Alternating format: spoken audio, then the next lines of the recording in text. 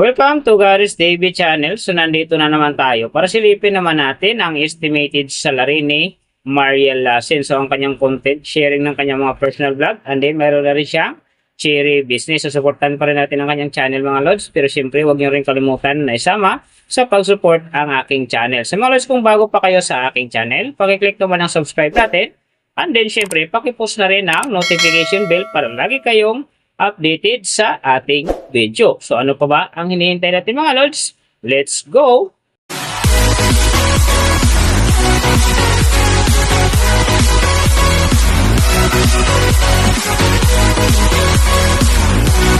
So mga lods, si Mariel Lasin sa ngayon ay mayroon ng upload videos na 261. And then mayroon na rin siya ang subscriber na 711,000. So may video views naman siya ngayon na 126,522,441. And then yung kanyang country is EU. So yung channel type naman niya is people. And then yung account niya ginawa naman ito noong September 2, 2013. So doon naman sa kanyang total grade nakakuha siya ng letter B. And then sa kanyang social blade rank naman nasa 161,865. So doon naman sa kanyang subscriber rank nasa 1,607. And then sa kanyang video views rank naman nasa 154,173. So doon naman sa kanyang country rank nasa 368. And then sa kanyang people rank naman nasa 1,220. So nakita na natin yung kanyang ranking. Silipin naman natin yung kanyang last 30 days na subscriber. So nakakuha siya dito mga lods ng 12,000. Ang kinaganda lang dito, umangat ito ng 0.0%. Na ang ibig sabihin nun, kung i-compare natin sa nakaraan niyang buwan, halos parehas lang ang pasok ng kanyang subscriber. So hindi ito bumaba, hindi naman ito umangat ng malaki. So doon naman sa kanyang views mga lods in the last 30 days, nakakuha siya ng 3.157 M views. So ito ang hindi maganda kasi ang kanyang percentage ay bumaba ng 23.8%. So, ibig sabihin nun, mas bumaba yung pasok ng kanyang views sa ngayon kung i-compare natin sa nakaraan niyang buwan. So, alam na this mga fans ni Mariel Lasin dyan. So, share na natin sa ating mga newsfeed at sa ating mga friends ang kanyang video dahil big help yan para gumanda uli ang pasok ng kanyang views. So, nakita na natin yung kanyang ranking, last 30 days subscriber. And then yung kanyang views, silipin naman natin yung kanyang daily summary from subscriber, views, and then yung kanyang earning. So sa kanyang subscriber mga lods, may nakita ko rito 7 araw na umangat ng tig 1K. Simula noong December 19 hanggang 20, nakakuha siya ng 1K bawat araw. And then pagdating naman ng December 22 hanggang 23, nakakuha ulit siya ng 1K bawat araw. So pagdating naman ng December 26 hanggang 27, nakakuha naman ulit siya ng 1K bawat araw. And then yung last, yung December 29, nakakuha siya ng 1K. Kaya ang kanyang subscriber ngayon nasa 711,000. So doon naman sa kanyang views mga lods, yung magaganda rito, December 19, nakakuha siya ng 429,000. And then, pagdating naman ng December 22, nakakuha siya ng 525,000. So, pagdating naman dito ng December 26, nakakuha siya ng 352,000. And then, yung last na maganda sa kanya, yung December 28, nakakuha siya ng 408,000. So, yan ang magagandang views na nakuha niya mga lods. Pero sinasabi ko, hindi yan ganun kaganda kasi nga, ang kanyang percentage dyan ay bumaba ng 23.8%. So doon naman sa kanyang earning, tingnan natin dito yung December 22. So sa kanyang low estimated, nakakuha siya ng 131 US dollars. And then sa kanyang high estimated naman, nakakuha siya ng 2,100 US dollars.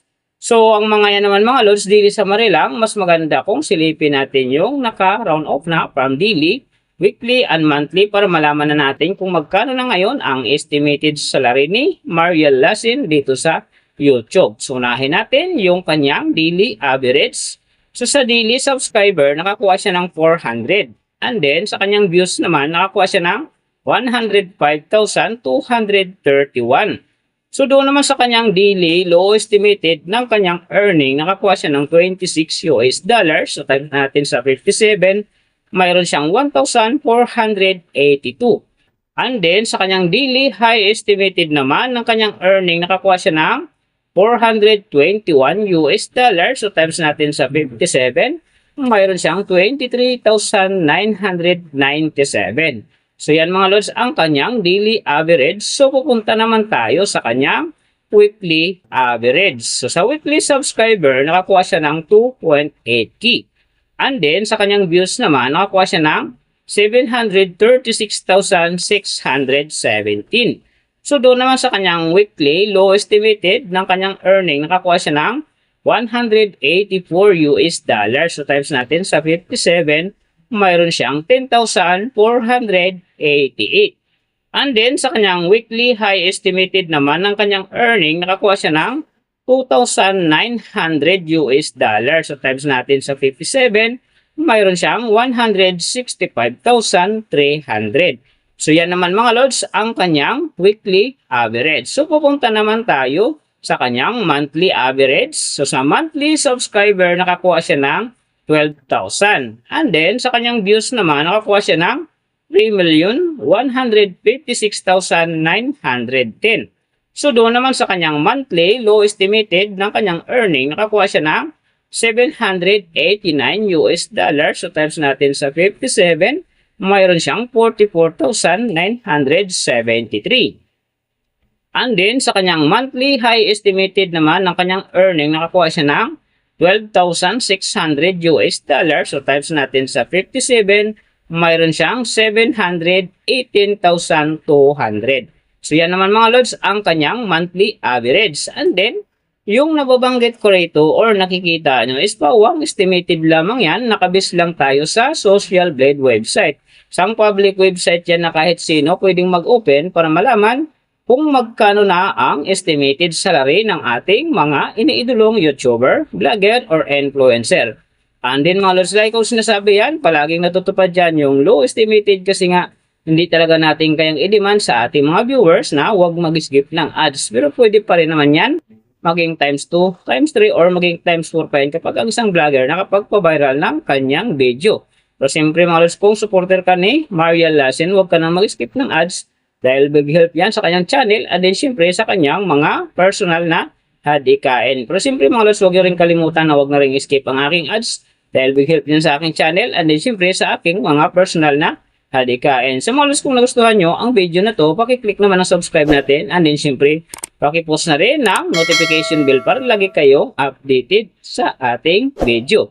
And then kung mayroong gustong magpagawa ng video na sim nito para sa inyong mga iniidolong YouTuber, vlogger, or influencer, comment nyo lang sa baba yung tamang detalye ng kanyang channel para ma-search natin kaagad at magawa natin sa next video. So big thank you sa lahat ng mga sumusuporta sa aking channel. Magsusupport pa lang, ingat kayo palagi and God bless. At sana gabayan kayo palagi ng Panginoon sa ginagawa nyo araw-araw at syempre magtagumpay din kayo sa inyong mga pangarap. So hanggang dito na lang. See you on my next video.